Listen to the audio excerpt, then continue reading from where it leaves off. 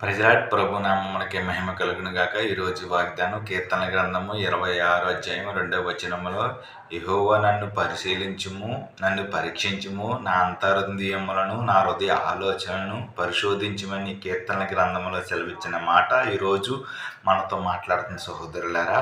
ఆయన పరిశీలించినప్పుడు, ఆయన పరీక్షించినప్పుడు, ఆయన మనల్ని పరిశోధించినప్పుడు నీ జీవితం ఎలా ఉన్నది, నీ ఆలోచనలు ఎలా ఉన్నాయి, నీ ప్రవర్తన ఎలా ఉంది, ఆయనకి దగ్గరగా నీ హృదయంలో చోటు ఉన్నదా, నువ్వు శోధన వచ్చిందని, బలహీనత వచ్చిందని, ఇబ్బంది వచ్చిందని, ఎదురయ్యే సమస్యలను బట్టి ఆయన పెట్టే పరీక్షలో నువ్వు త్రప్పిపోయి బిడ్డలుగా ఉన్నావా? అట్లాగైతే దేవుని వాక్యం సెలవిచ్చుతుంది. నేను పరీక్షించినప్పుడు నువ్వు సహనంతో, ఓర్పుతో నా ఎడల నమ్మకంగా జీవించినప్పుడు నిన్ను ఎంతగానో హెచ్చిస్తానని దేవుని వాక్యం సెలవిస్తుంది సహోదరులారా.